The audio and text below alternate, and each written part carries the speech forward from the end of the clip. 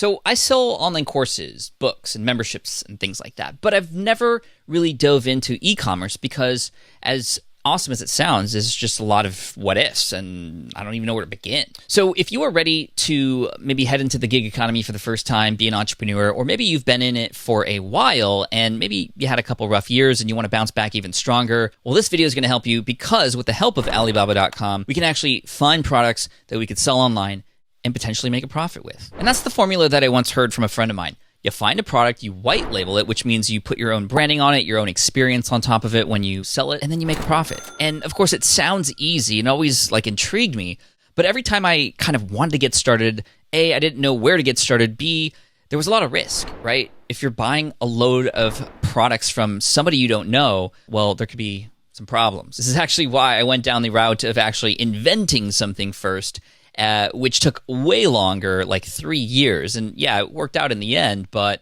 it was definitely a chore to make it happen. But the thing is, I saw so many friends of mine who were actually getting products, getting it sourced from somebody who was already making them, putting their own brand and experience on top of it and selling it on third-party marketplaces and doing extremely well. I was like, wow, how did you do that? Well, we're going to get some answers today. And like I said, this video is sponsored by Alibaba.com, which is really cool because come this September, they have something called Super September happening. Massive platform-wide deals that are happening. And as somebody who has yet to dive into the sourcing and selling of products online like that, I figured, you know what, this is a perfect opportunity for me to give it a shot and use this channel here to be an experimental ground, just so we can all learn at the same time. And of course, with the deals that are happening, I mean, this is perfect timing. Spend less, sell more, Super September. But again, this brings me back to the problem that I once had before when I was trying to dive down this route, and that was, well, where do I even begin? Well, of course, Alibaba.com is the place to go and find and source these products, but how do we best utilize the platform for maximum success? How do we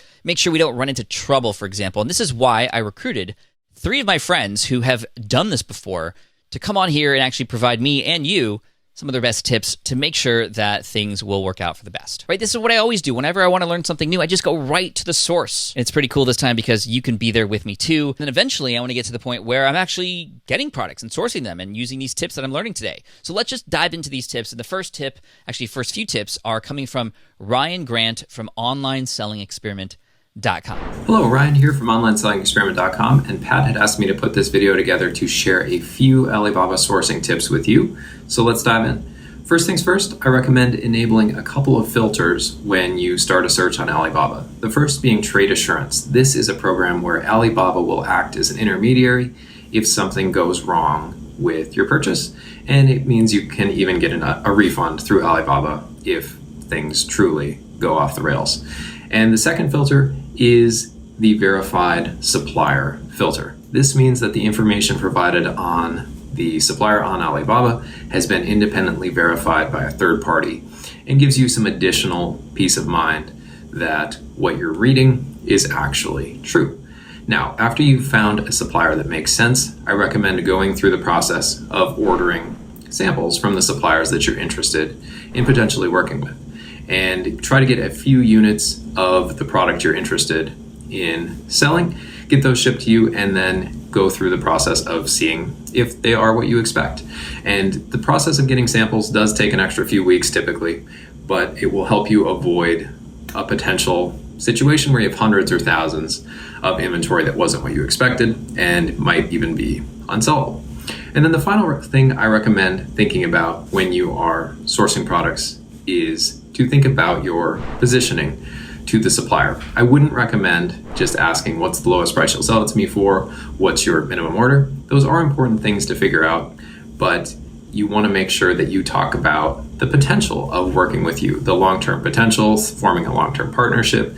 Things like that go a long way with a lot of suppliers and can help you get a better deal upfront or down the line.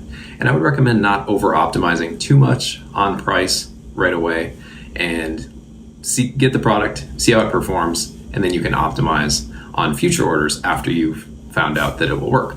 So hope these tips help, and good luck sourcing. Thank you, Ryan, for those great tips. And then when it comes to getting samples and stuff, getting multiple samples to make sure there's consistency, I completely understand that. Those are some great tips. Thank you, Ryan. Speaking of Ryan, we have a different Ryan, another Ryan friend of mine. I have a lot of Ryan friends. This is Ryan Moran from capitalism.com, and he has a podcast and a lot of other things he'll tell you about in just a moment. But he's got a great story to tell about sourcing products, and here it is. Hi everyone, my name is Ryan Daniel Moran, and I have 2 tips for you that will help you have a great experience on Alibaba. The first one is always look for new suppliers. I have a great story on this. One of my first businesses was a yoga products business, and we were really excited to have our first yoga mat up and selling. We were selling on Amazon, and it was starting to take off, and we were really excited about it. But one day I went over to my partner's house. His name was Sean, and Sean was like bouncing up and down on a yoga mat. And I walk over, and he's got several yoga mats laid out on the ground. I was like, "What are you doing, Sean?" He goes, "Oh, I'm just testing out a yoga mat from one of the other suppliers that I found on Alibaba." And I stood on one of them and I was like, "Sean, this is so much higher quality than the one we're selling. How much more expensive is this one than the one we're selling right now?" He said, "It's 20% cheaper." And that's when I realized that you should always be looking for new suppliers to see if they can have better terms or higher quality, because you'll be surprised what you find out there. It's not enough to just have a product and start selling it. Always look to improve it and look for other suppliers. Number 2, when in doubt on what supplier to work with or what direction to go with the team that has the best communication. That is the part that just can't be replaced. If you can't rely on good communication, it's going to be very hard to get product on time and to know what your expectations are on both parties. So when in doubt, if prices are similar, if product quality is similar, even if the product quality is, or the product price is a little bit higher, I'd go with the person with the best communication. I'm willing to pay a premium for awesome communication. That will serve you really well down the road. My name is Ryan Moran. I run capitalism.com. And if you're a physical product brand or you're starting one, I have a podcast all about helping people build 7-figure physical product brands. It's called The Road to 1 Million. And you can find it on Apple or Spotify. Thanks for having me. I really love what Ryan said about communication. I think that's absolutely key. I've worked with people from all around the world, and that's the number one thing that is the difference between success and failure. And of course, on Alibaba.com, that's where you can communicate with suppliers and make sure that there is not just like a good vibe, but that they respond and that they're able to answer questions that you might have. I think that's really important. Thank you so much, Ryan.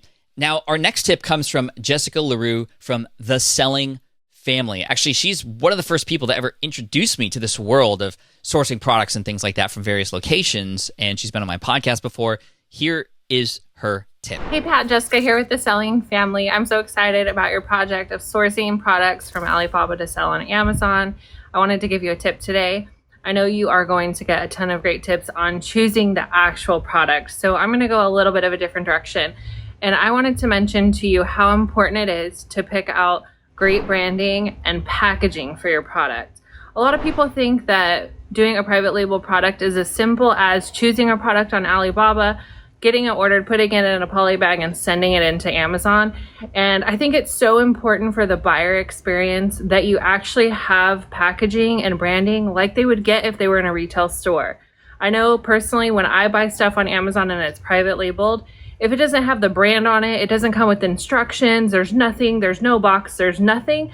It just doesn't give me that real retail experience. And so I think it's so important to keep that in mind when you're picking your product and you're picking your supplier, just to make sure that they can provide you with the proper packaging and make your product unique and really stand out to you. It gives such a good user experience. So I'm really excited to see this project. Thanks for asking me for a tip.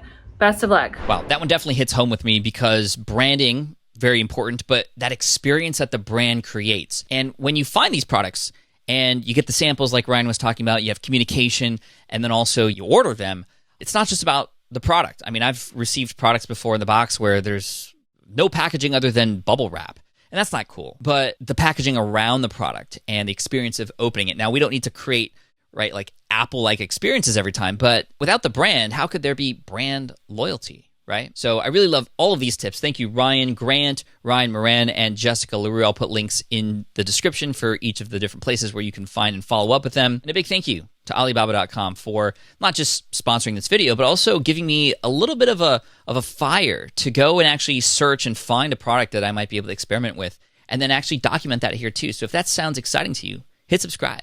And again, Check out the link in the description for more info about Super September and other great things that will help you in your business. Thanks to, of course, Alibaba.com. This video is sponsored by Alibaba.com.